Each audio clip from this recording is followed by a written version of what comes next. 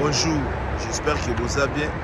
La profité, j'étais de passage à Dakoma et je profite de la vidéo le plus vite que possible.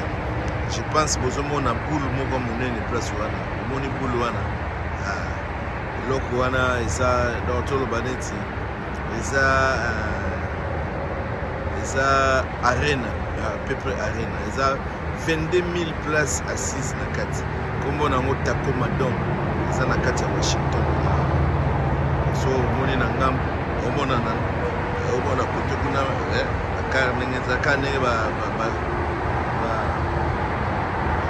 mboka ya nyonso ezoza konaye na France ezala epeka ememe moni mboka takoma yango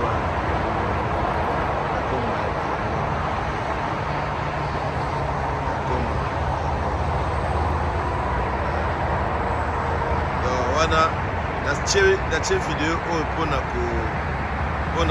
kofiolo mide mutu amakaka biso barespect ye mutu ayaka mona o sale oyo bakongolais bamonango nanu te nga mutu namoni ngo likubuka liboso sikoyo fo tolakisaka ye basali deja ezalaka takoma oyo ezalaka nango awa deja takoma dome ezalaka deja depuis